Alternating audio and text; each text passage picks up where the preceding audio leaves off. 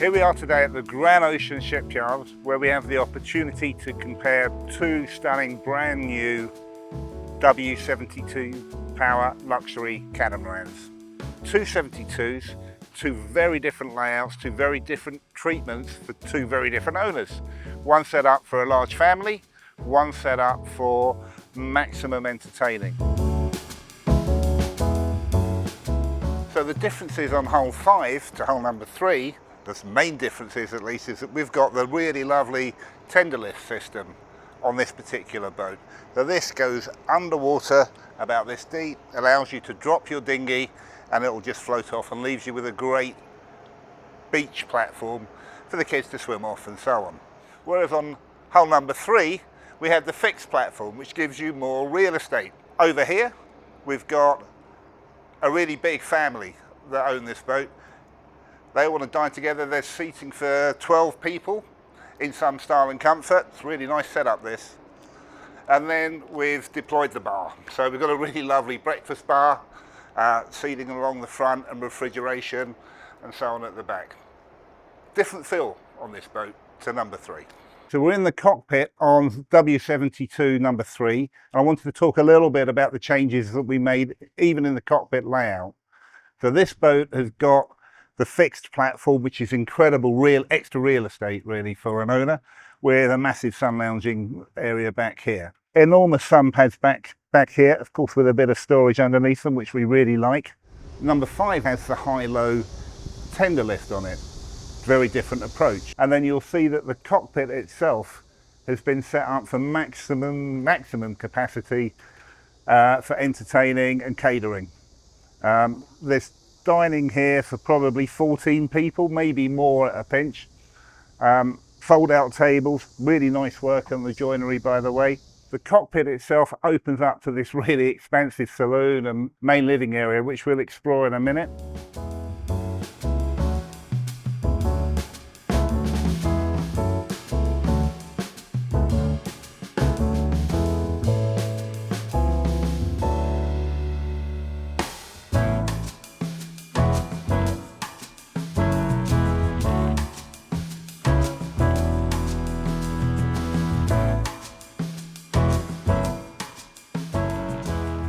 Come and explore the main saloon.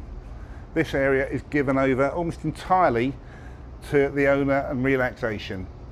Superb saloon arrangement up here, signature sprung cushions and so on, really comfortable saloon area.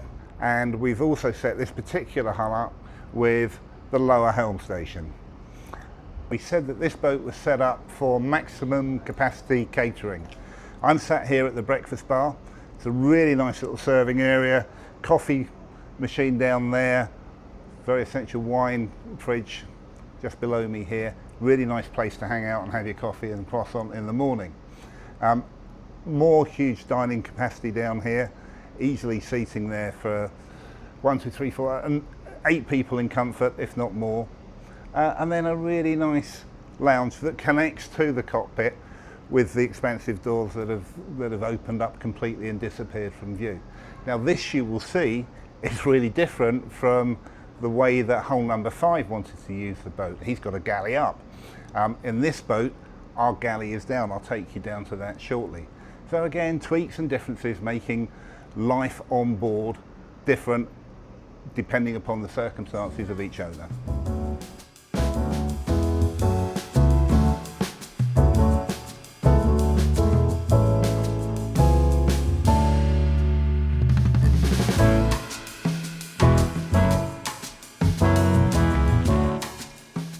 The main deck on hull number 5 is also very different. Whilst we're still in a Mediterranean fit out, we've got the galley up, we've got huge preparation space up here, and we've got opposing seating in the saloon area.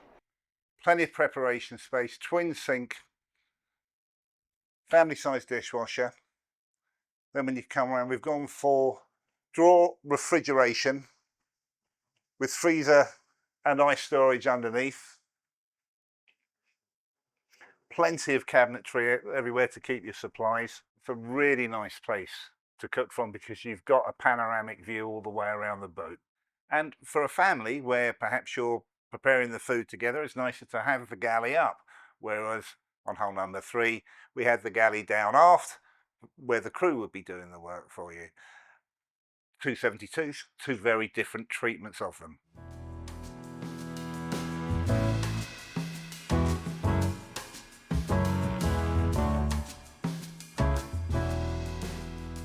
So here we are on hull number 3, aft port side, a very different setup again to what we've just seen on hull number 5. This particular owner wanted the boat to be set up as a fully crewed yacht with all of the catering away from the guests, and that's quite a good idea, I think, when you're running with crew. The crew can get busy down here, they can make their mess, they can create the flavors and the exotic foods away from the guests whilst they're relaxing and entertaining. What you need for that is lots and lots of storage. So storage behind me, larder cupboards all the way behind me, all the way under the expensive, really lovely worktop. Also, we're vented back here, really deep cupboards all the way along the top here. And then we've got a huge double fronted American fridge over here.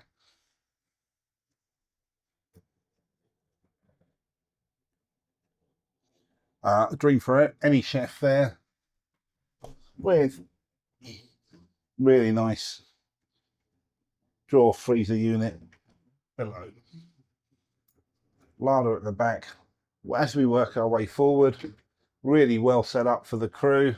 A washer and a dryer set up in this area on this particular hull.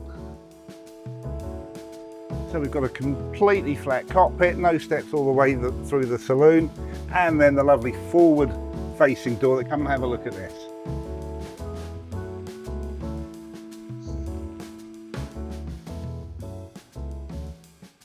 Set up with a huge jacuzzi centrally, and then expansive seating with coffee tables either side. Pork deck everywhere. It's a really nice setup.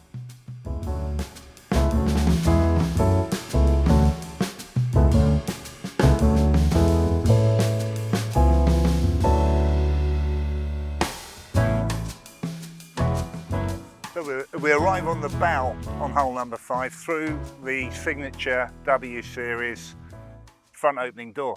This is a really important feature of the boat. It allows the air to change, it allows free movement around the boat. It saves you having to go all the way out of the galley and down the side steps. It's a really good feature.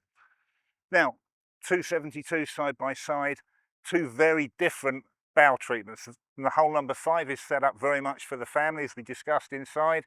You can see these vast sun pads. The ends articulate, so you can set them up as opposing seating if you want to. Huge seating area out the front, lovely teak tables, nice work from the guys there. Big cave lockers under my feet, 3 of those.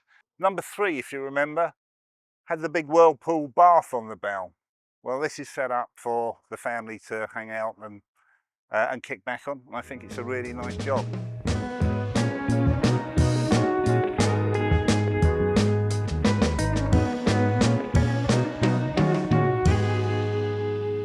We've got hull number 3 and hull number 5 to show you the level of customization available here at the Granocean shipyard.